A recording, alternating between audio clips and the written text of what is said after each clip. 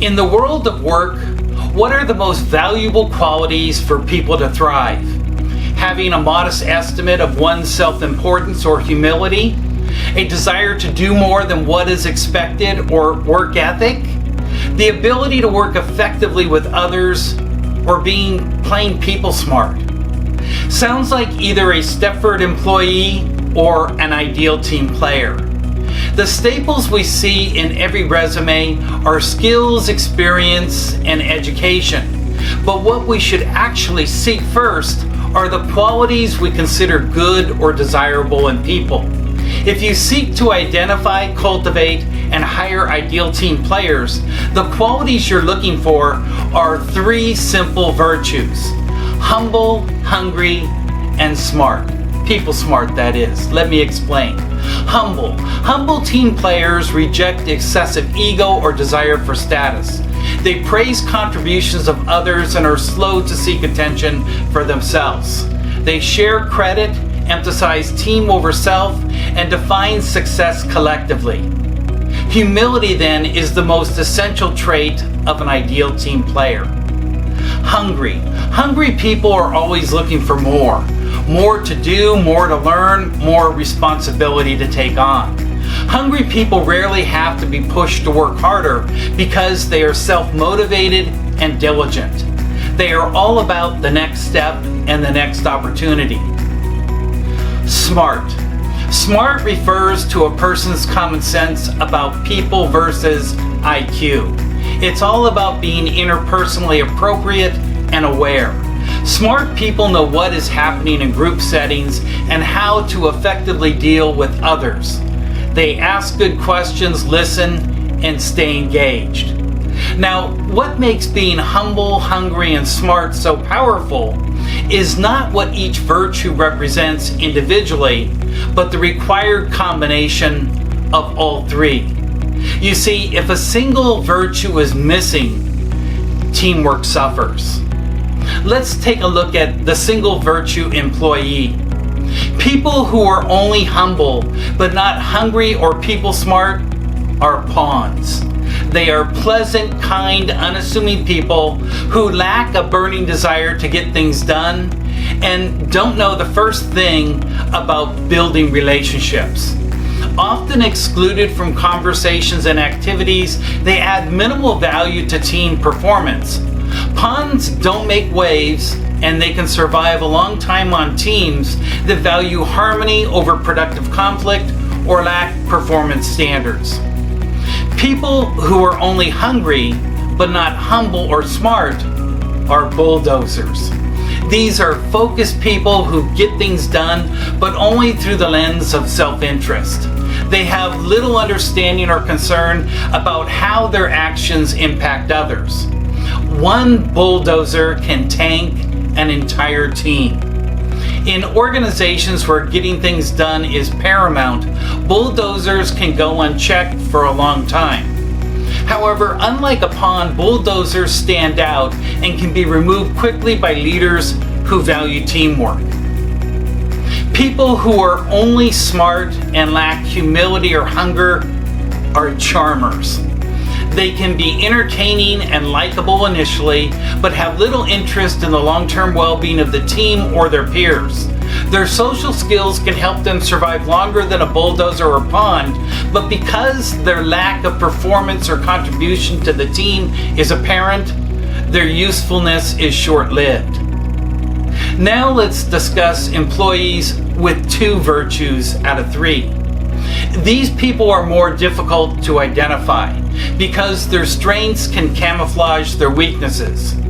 Team members in these categories lack only one of the 3 virtues and thus have a higher likelihood of overcoming their deficiency and becoming an ideal team player. But still, the lack of a single virtue can impact teamwork severely, as we shall see. People who are humble and hungry but not smart are accidental mess makers. They have a genuine desire to help the team and are not interested in seeking attention or credit. However, their lack of awareness of how their words and actions impact others lead them to unintentionally create interpersonal clashes on the team. Peers respect their work ethic and desire to get things done, but quickly grow tired of cleaning up of the drama and the interpersonal problems that accidental mess makers create. Absence of this virtue is the least dangerous to a team because these people do not have bad intentions and can usually accept and act upon corrective feedback. Humble and smart, but not hungry, are lovable slackers. They don't seek undeserved attention and are adept at working with and show empathy to others. However, they only do the minimum and rarely volunteer or seek to take on more work or additional responsibility. Moreover, they have little passion for the work the team is doing. But because they can be charming and positive, leaders often pass on helping lovable slackers improve. Lovable slackers require significant motivation and oversight, making them a constant drain on team performance, more so than accidental mess makers. However, they are not the most dangerous of the single virtue deficient. Hungry and smart, but lack humility, are skillful politicians. They are clever, ambitious, and willing to work extremely hard, but mostly for their own benefit. Because they are skilled in people smarts, skillful politicians are very adept at appearing to be humble, which makes it hard for leaders to identify and address their destructive behaviors. Often by the time a leader zeroes in, they may have already mowed down more humble peers who have been manipulated, discouraged, and scarred. Most of us have worked with a skillful politician, as they tend to rise in the ranks of companies where individual performance is rewarded over teamwork and collective results. Here are some important forewarnings. What I've talked about is powerful, but first, accurately identifying people to the three virtues is difficult and should only be done with great care. Wrongly labeling team members in private or in jest can be damaging. Avoid doing so. To help identify and cultivate ideal team players, see the assessment link at the end of my talk.